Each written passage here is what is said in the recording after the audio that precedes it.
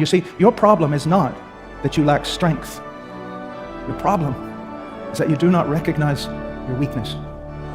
It is right to pray, Lord, bring Paul-like conversions to the leadership. And those who resist us, bring them alongside that they may aid us.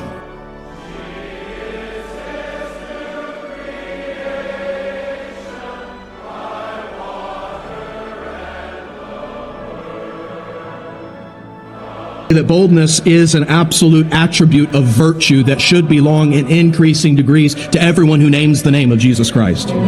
You will be resisted, first in your homes, among your friends, among your co-workers, in political situations, even in your own churches. Standing for Christ will cost you something.